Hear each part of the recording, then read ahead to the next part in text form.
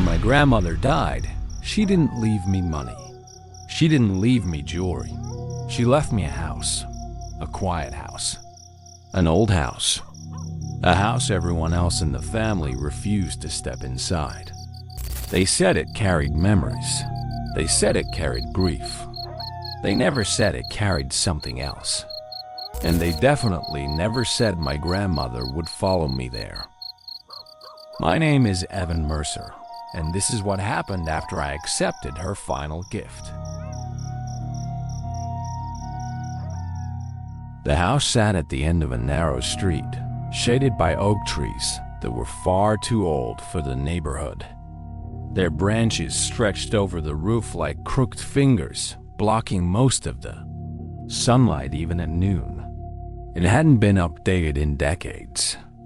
Same siding, same porch, same door my grandmother used to open every Sunday when I came to visit as a kid. I could still picture her standing there short, smiling, always waving me in before I even knocked.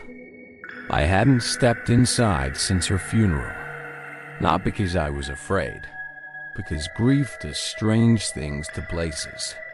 It stains them, makes the air heavier, makes memories echo louder than they should. But when the lawyer read the will, everyone else went silent. The house was mine. No one objected. No one congratulated me. My aunt actually whispered, "She always did watch over you." At the time, I thought she meant emotionally.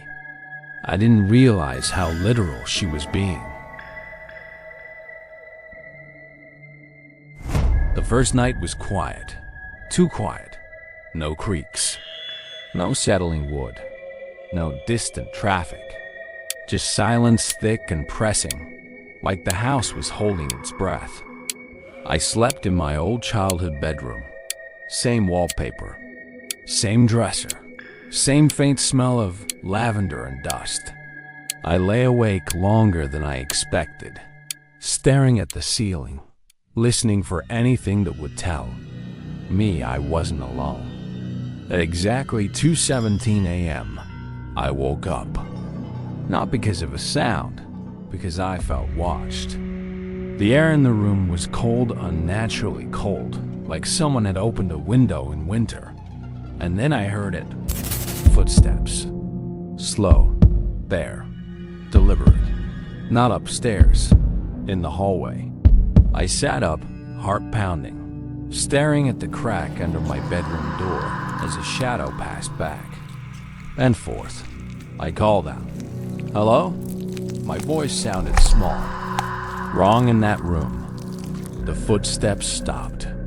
Then came a sound that made my blood run cold. Breathing. Right outside my door. But it wasn't human breathing. It was too slow. Too deep. Like something pretending. I didn't open the door. I didn't scream. I waited. Then eventually, the breathing stopped. The next morning, I tried to convince myself it was stress. Old houses make noise. Grief plays tricks. Brains invent shadows. I stayed busy unpacking, cleaning, opening windows, anything to avoid thinking about the night before. That's when I found something strange.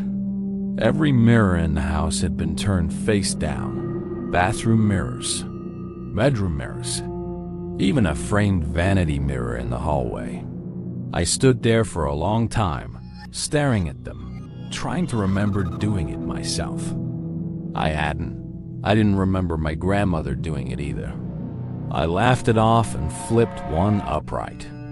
My reflection stared back at me, pale and tired, but otherwise normal. At least, I thought it was. That night, I dreamed of her. My grandmother stood at the foot of my bed, wearing the same blue sweater she always wore when she cooked. She looked solid, real. She didn't smile. She just shook her head slowly and whispered, "Don't let it see you in the glass." I woke up screaming. Every mirror in the house was face down again. After that, things escalated. Doors opening on their own. Whispers from empty rooms. Cold spots that followed me like they were attached.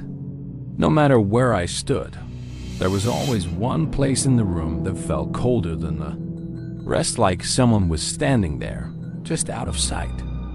And always that same breathing at night. Low, patient, waiting. I started sleeping with the lights on. Started leaving the television running just to hear another human voice. Eventually, I started keeping my phone recording audio at night. That's when I caught it. At 2:17 a.m., the recording picked up a voice. Not loud, not clear, but unmistakable. He's mine now. I didn't recognize the voice, but something about it felt old, angry, hungry. That was the night my grandmother appeared again. I saw her in the hallway, standing between me and the stairs. She looked exactly like she had before she died, except her eyes glowed faintly, like reflected candlelight. I froze. Every instinct told me to run, but she raised her hand and said my name the way only she ever had. Evan. Soft, calm, familiar. You shouldn't be afraid of me. I'm not the one who followed you home. Behind her, at the bottom of the stairs, the darkness moved. Not walked. Moved like a stain spreading. My grandmother stepped forward, blocking it, and for the first time, I understood. She wasn't haunting the house. She was guarding it. The next day, I searched the attic. Buried in boxes, I found old journals, my grandmother's handwriting, neat but hurried, like she didn't have time to waste. She had known. Decades ago, a previous owner had died violently in the house. A man obsessed with possession, control, ownership. Even after death, he never left. My grandmother wrote that the spirit fed on fear, attachment, grief. She stayed because someone had to. And now, she couldn't leave me unprotected. The last night was the worst. The house shook. Walls creaked like bones under pressure. The breathing filled every room at once.